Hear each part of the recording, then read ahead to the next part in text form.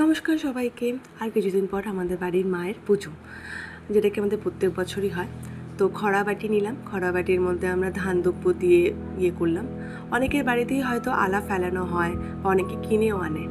তো এখন ভাবছেন তো আলাটা কী হয়? আলা হচ্ছে অ্যাকচুয়ালি মাসকালাই ডাল দিয়ে করা হয়, গাছ ওঠানো, যেটাকে আমাদের মা মনসার পুজোতে লাগে। তো ওখানে আমরা ইঁদুরের মাটি দিয়েও করতে হয়। তো ইঁদুরে মাটি দিয়ে দেখুন এখন খড়া বাটিতে আমি এরকম করে রেখে দিচ্ছি। তো এবারে এইভাবেই আমরা পুরো বাটিতে ইঁদুরের মাটিটাকে ভরপুর করব, মানে পুরোটাই দিয়ে দেবো ওখানে। অনেকের বাড়িতে কিন্তু আলাটা লাগে। কার কার বাড়িতে আলা লাগে সেটা কিন্তু অবশ্যই জানাবেন। কার কার বাড়িতে পুজোতে আলা লাগে, কেন অনেকের বাড়িতে আছে নিয়ম, অনেকের বাড়িতে আবার নিয়মও নেই। তো যেখানে আমাদের আলা লাগে, তো আমরা এরকম প্রত্যেক বছরই আমরা করি। তো করার পরে এরকম দেখুন মাটিটা আমি পুরো ভরে রাখলাম। ইঁদুরের মাটিটা জোগাড় করে আমি করি। তো তারপর এখন মাসকালাই ডালটাকে ধুয়ে রেখেছিলাম।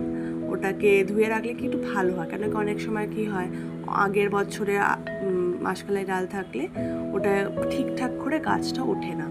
তো ধুয়ে রেখেছিলাম, ভালো করে ধুয়ে রেখেছিলাম, সেটা এখন দিয়ে দিচ্ছি মাটির মধ্যে।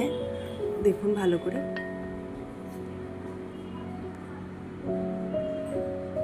এভাবে যতটা গ্যাপ আছে, কোথায় মাটি আছে, কোথায় কম পড়ছে সব। তারপরে দেখুন গায়ে একটু জল দিয়ে দিলাম, জল ছেটা দিয়ে দিলাম, তারপরে ঢেকে রাখলাম। এরকম করে যতক্ষণ না আমাদের পুজো আসছে